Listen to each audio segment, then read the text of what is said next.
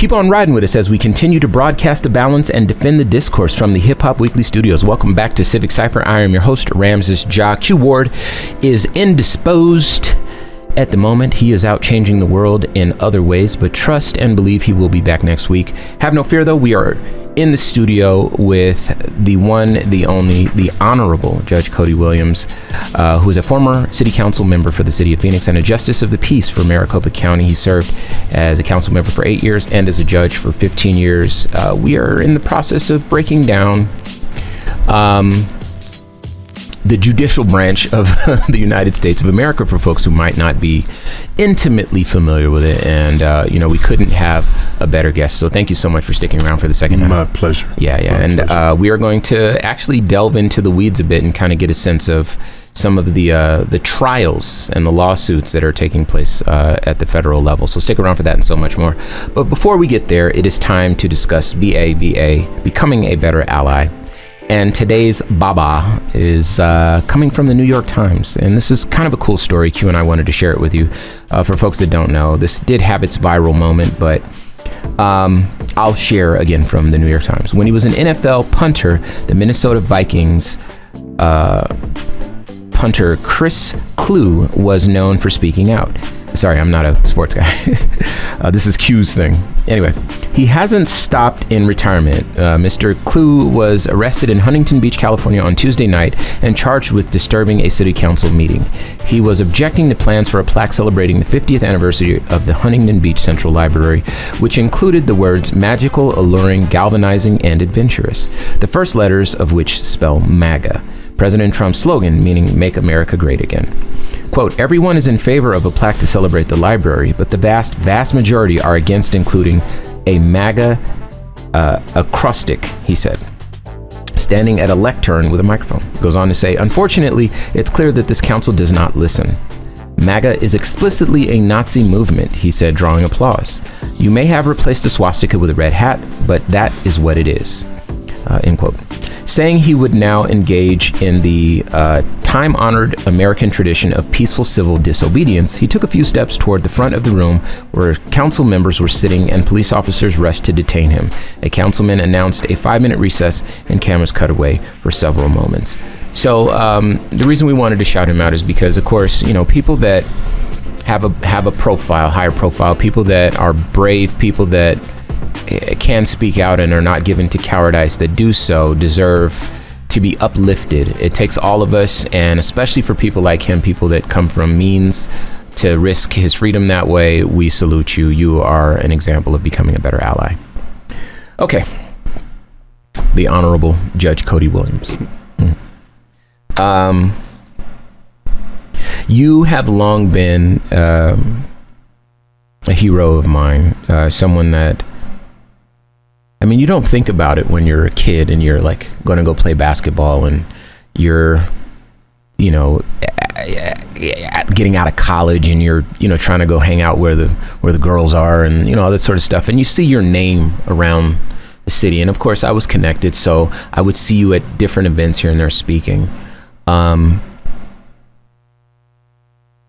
now refer to you as the Honorable Judge Cody Williams, it feels special because you were always that sort of like North Star for a lot of us, and to know that you were still forging that path even further, it feels special. It's so energizing. I cannot thank you enough for taking the time to come. Thank you for the kind words, and I felt the same way. I've spoken to on average 15,000 people a year. And you'd never know when that person's going to walk up to you and you came to my high school 7 years ago, 8 years ago, and because of what you said, I did that. And I did this. And, exactly. And because of that, now I'm married, I got 2 children, I've been with the company that I'm with, and and I may not recognize them, I may remember that I spoke at that place some time ago, but it's always rewarding to see it. How many times I've walked somewhere and you married my cousin, I was at the wedding that you performed, and just to to think that maybe I've had a positive influence on the lives of others is what I set out to. That's my parents did, my family's done for years, my wife has done, my children are pursuing. Yeah. So it's important for me to stay connected. Certainly, the older I get, the more young other things get, and the more pointed. But we've literally, we're in a process, as you sort of led this segment, to almost turning the clock back as it relates to what we face in this country with the administration that we have right now in just 30 days, approximately 30 days. Yeah, so let's talk about that. So here we are. Republicans control all the levers of government. Particularly, the Supreme Court has a decidedly conservative majority.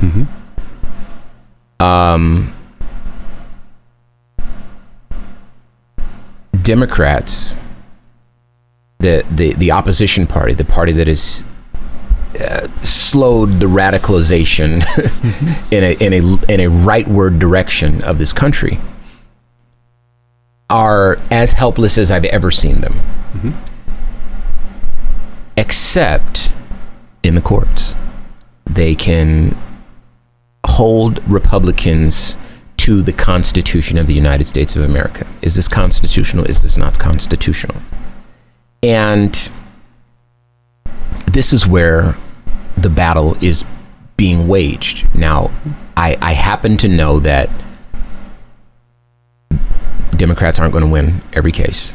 It doesn't feel realistic to assume that, especially given the fact that appeals are possible. And if you appeal something enough times, conceivably it could get to the Supreme Court, where again there's a decidedly conservative majority. And so even that lever of government is there. But it is not impossible to slow things down until such a time as midterm elections come around, maybe even slow a few things down long enough to where we have another election and everyone decides if this is the path we want to stay on or if we want to revert. Ramses, you don't need me here. You've laid it out. You've said everything that I would say to you. I would start if you will allow me. Please, yes, please. I'm guessing. No. You're not guessing. Okay. You are laying out strategy. Okay. Because what you're talking about is strategy. But I want your listeners to first be able to appreciate two things. Okay. In the past 3 decades, Donald Trump and or his companies have been involved with over 4,000 legal cases, lawsuits. Many of them are them being the prosecutors, where let's say they're suing a property because the people aren't paying their HOA dues, versus the opposite side where plaintiffs may be suing him for not returning monies that are owed to them. Sure. But over that 3 decades, Donald Trump and his supporters and his friends and his allies have never been afraid to be in the courts. Being in the court is part of their business strategy. Okay. Second thing, in the approximately 30 days from the 20th when he was sworn in to where we are right now, a little over 30 days-ish. Give or take, yeah. There have been 75 lawsuits brought against him and his administration in 30 days. And most of them, of those 75, are cases that involve blocking actions that he has taken via his executive orders. All right.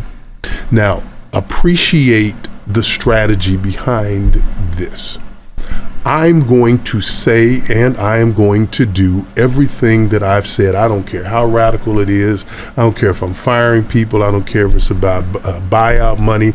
I don't care if it's about transgender issues. I don't care if it's about DEI. I don't care, immigration, whatever it is. I'm writing it as an executive order. Now, executive orders are literally made for opposition.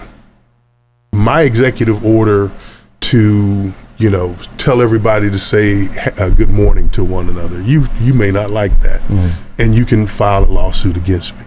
Well, that is what is happening both with employees like Treasury Department employees, IRS, anybody that's can be affected by those particular executive orders. Some of them immigration-based, I think about 19 or 20 in the immigration world and those places, and a lot of others that go in there. And many of them may not be specifically against Trump, or Elon Musk. But there are some that are specifically against Elon Musk, sure. Specifically against the president, specifically named as department heads, current department heads that were just added on. Okay. And so from two sides of the strategy, if I'm the president, I'm throwing it all out there. I'm getting everything I want out on the table. Okay. And I am basically daring the people suing me to place them in various courts, and I'm going to take my time. So as long as it's happening, immediately, unless somebody says, we're going to hold this, I'm a judge, I see it happening before I rule on, I'm going to freeze this particular action. But there are also judges who are being asked to allow people to come back to jobs that they have been terminated from. That requires some research, that requires some other. So the judges have a power here that I'm just learning about. They can allow these executive orders to more or less exist in an operational mode until they weigh in with their decision. Absolutely. Or they can freeze it. Absolutely. Until they weigh in. They do have, but you are absolutely correct. Okay. So what you are hoping for is that they freeze it. Depending on who you may be. And so, and I want you to imagine that many of these deal with states that have, the state of Maine is involved with one. You've got Illinois. You've got some state of Washington has several of them. Yeah. There's a list that if you just Google it, you'll see every one of them. Yeah. And that's millions of people affected by that, Republicans and Democrats. Yeah. So go back to the second side, the Democratic side, which you just described. There are three special elections that are coming up to replace appointees that Trump made from Congress. And so if those three places stay Republican, then this process is going to continue. Yeah. If those three positions in the various parts of the country flip to Democrats, we will have a majority in one of the houses. Okay, that's not nothing. Trust me, you are superstars. And so what you're saying about waiting out this 2-year period. So if I'm over here and my strategy is to throw in as much junk as I can, I don't care how crazy I may be, I'm signing it into as an executive order. And I'm giving my department heads the ability to make those same statements and initiate those things within their organizational structure. And so when those lawsuits come, you're praying that they get held up and the action frozen. Yeah. Versus allowing those things to continue to happen until a judge has hearings. And these things, again, both sides could go on for months and months, if not years. Tied up. And so the Congress, this is the third piece, is sort of the most important piece. It goes back to your question about whether the president can make these changes when I said no. Many of the changes that he would want to make constitutionally, while the Republican majority exists in both houses, they are not 50 plus one votes. They're not who has the majority.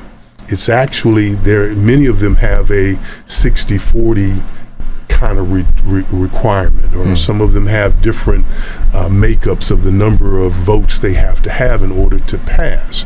And for what it's worth, and I know a lot of Republican, very good-minded, want to do the right thing, and there are some of them who will not stand for some of the constitutional changes because they are constitutionalists as well, and they understand that when our forefathers created this Constitution, that it was designed to create equality, not dictatorship. Yes. And that's what happens if you continue to change the Constitution. So let me ask this. I think somewhere in here is where we find out.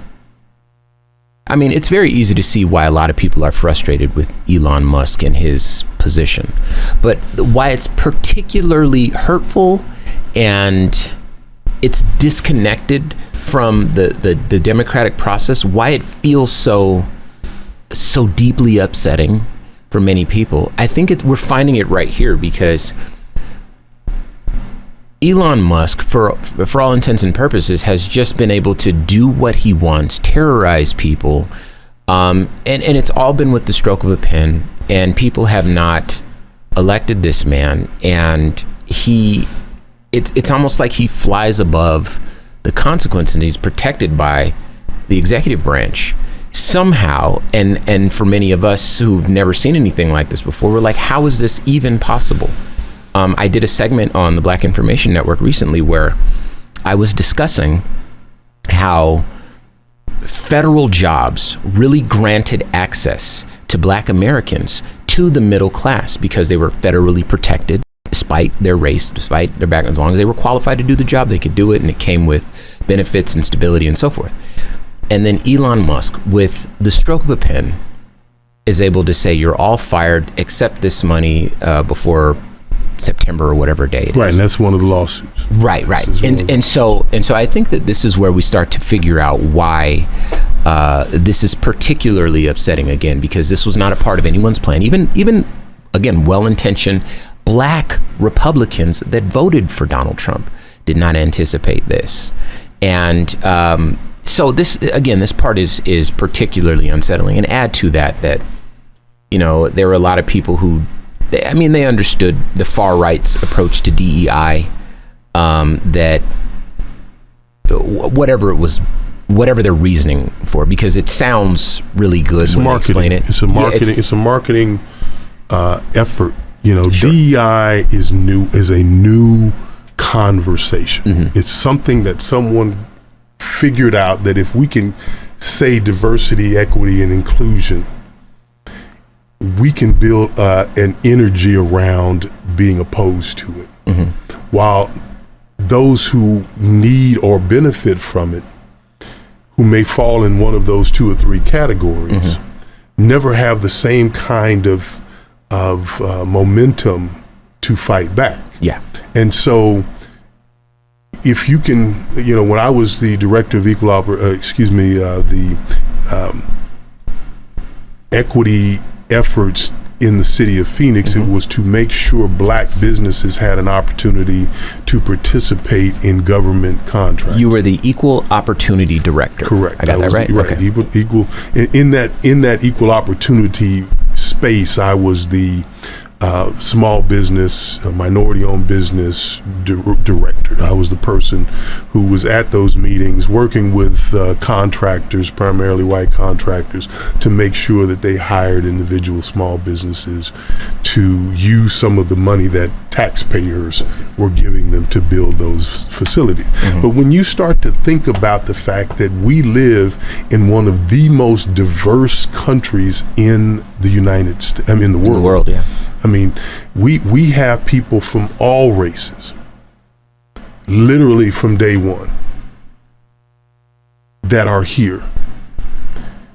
When we talk about equity and we talk about inclusion, if there is a job opening and there are 5 interviews that are going to take place and all 5 of them are white males, inclusion does not say take 2 Black folk and kick 2 of these white folk out of these 5. Of course it doesn't. It says interview them too.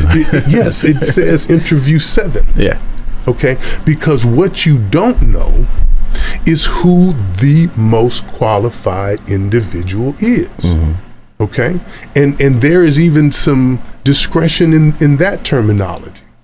You know, what you look like on paper may not be what you are when you're sitting in the interview, or what you may be doing in the job. One may require more communication skills and your ability to, get people motivated and do things. Another one may require you to do research, where you sit in a room and gather numbers. Okay, so let me ask you this, because before this recent phase of attacks on DEI, and we only have about a minute or so, there was the weakening of affirmative action. And we covered that story on the Black Information Network as well. And that was very scary. That was a blow, because my whole life, affirmative action had sought to bring about some equity to the lay of the land in terms of employment, in terms of education, etc. And the Supreme Court did that. With a conservative majority in the Supreme Court, even if Democrats get the White House and get one or both chambers of Congress, does the Supreme Court ultimately block the efforts to that a lot of black folks and marginalized folks would want to see in terms of bringing about a more equitable country? That's a good question. I don't know where the mindset will be, because they will be seeing a tremendous flood. This is happening so quickly. Yeah. Judges are being Steve Bannon calls it muzzle velocity. Yes, it is moving very, very fast. Sure. It is going through the court system. Some of them will be addressed at the district level.